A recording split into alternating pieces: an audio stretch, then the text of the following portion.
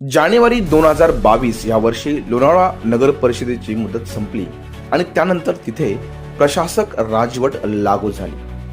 त्यानंतर तब्बल 3 वर्षानंतर माननीय सर्वोच्च न्यायालयाने दिलेल्या निर्णयाने पुन्हा एकदा लोणावळ्यातील माजी प्रतिनिधी आणि इच्छुक उमेदवार यांनी आपली कामे तसेच मतदारांच्या गाठीभेटी घेण्याचे सुरू केल्याचे चित्र पाहायला मिळते.